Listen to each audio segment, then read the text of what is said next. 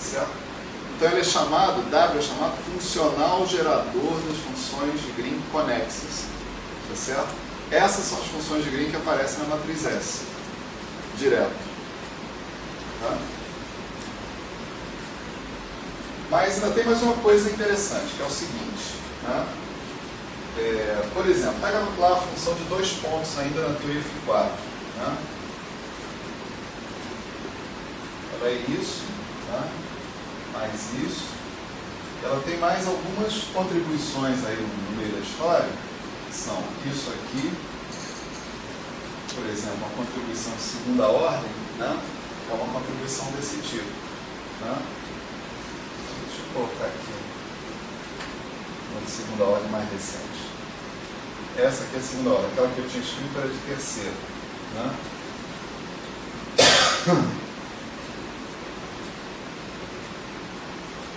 Aí você tem umas contribuições assim, ó.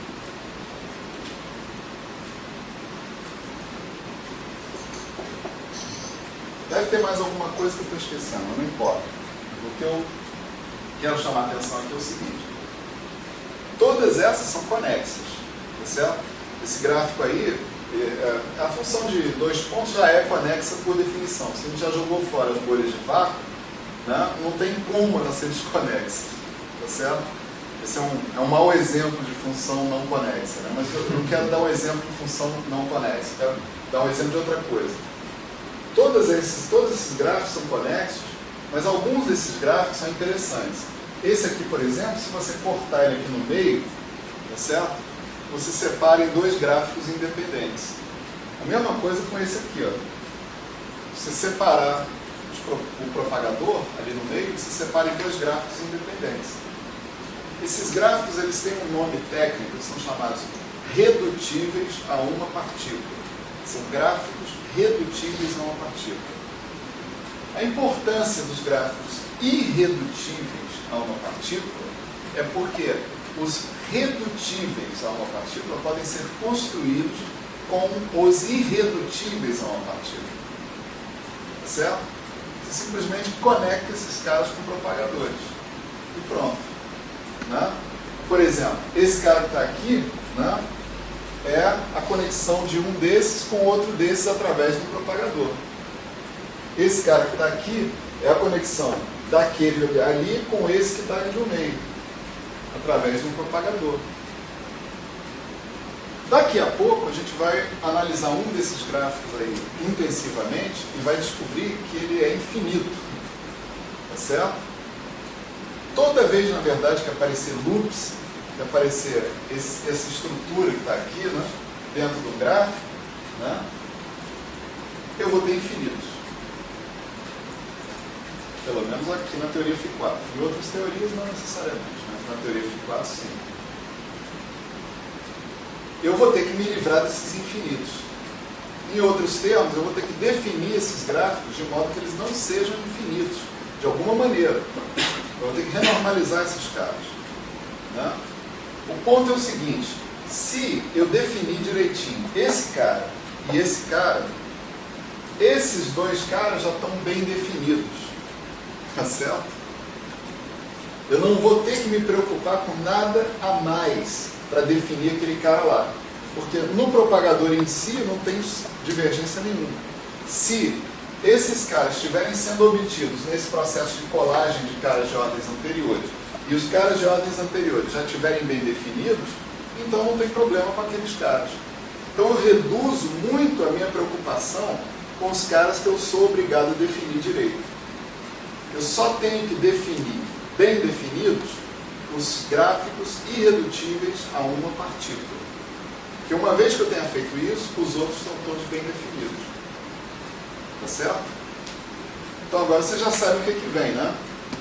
Vem aí um funcional que gera diretamente os gráficos irredutíveis a uma partícula.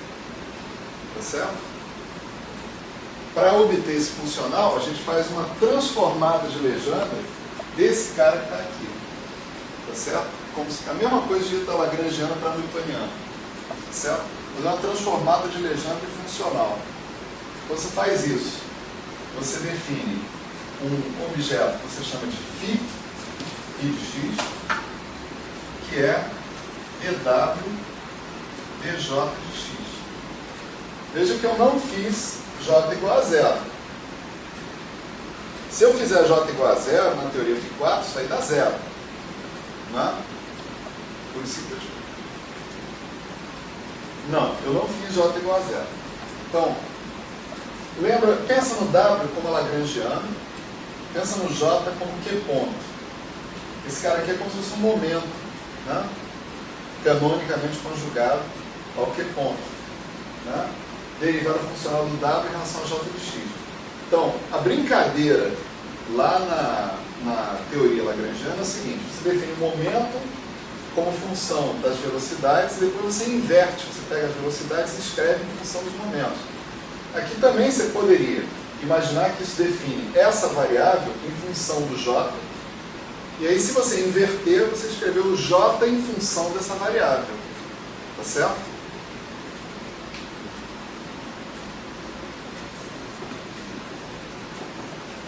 Dessa variável φ. Aí você vai fazer a transformada de Legendre.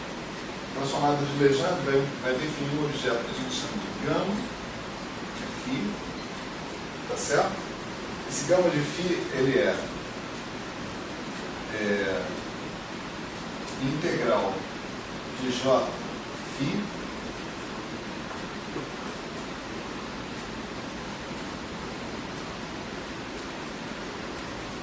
menos o W de J. Veja que eu estou chamando esse gama de um gama de φ, né? Por quê? Porque implicitamente eu já estou supondo que eu vou usar essa equação aqui de cima para inverter J como J de φ, J como J de φ. Tá certo? Esse camarada aqui é o funcional gerador das funções de Green 1πi. Ele já gera essas funções de Green amputadas, inclusive. Ele gera essas funções de Green sem os propagadores externos. Ele é mais direto ao ponto ainda, tá certo? Quer dizer, se você quiser, você pode escrever já a fórmula de redução diretamente em termos desses γ-n's. Você vai estar escrevendo as coisas mais primárias possíveis, tá certo?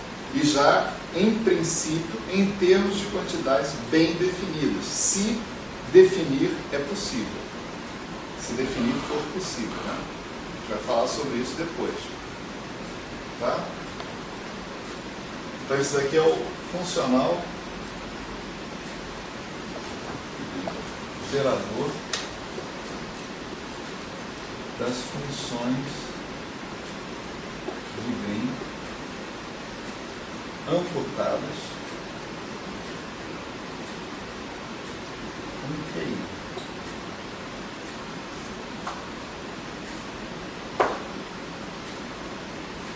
E esse aqui é o funcional gerador das funções de Green conexas. Certo? Aqui é claro que com o tempo, né, a gente precisaria mostrar essas coisas acontecendo, né, mais devagar e tal. Aqui eu só estou apresentando isso para vocês. Usualmente, vocês encontram esses funcionais sendo apresentados no contexto de integrais funcionais. O cara primeiro define integral funcional, o Z através da integral funcional, aí depois ele faz o W, depois ele faz o gama, etc. e tal. Aqui ninguém falou em integral funcional nenhuma. Tá certo? Não é necessário. Você tem a mesma coisa, sem falar em integral funcional. O nosso próximo assunto é integral funcional. Tá certo? Ele não é obrigatório.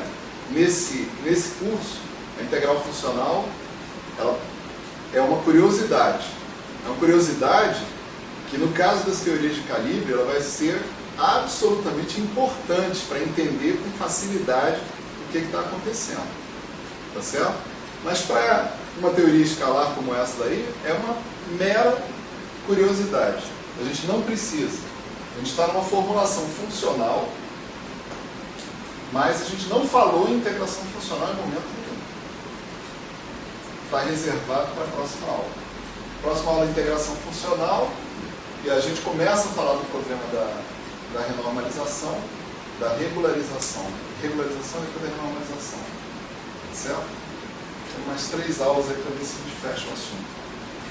E eu vou ver se eu consigo fazer uma lista de exercícios para vocês se divertirem aí, né? Até quarta-feira.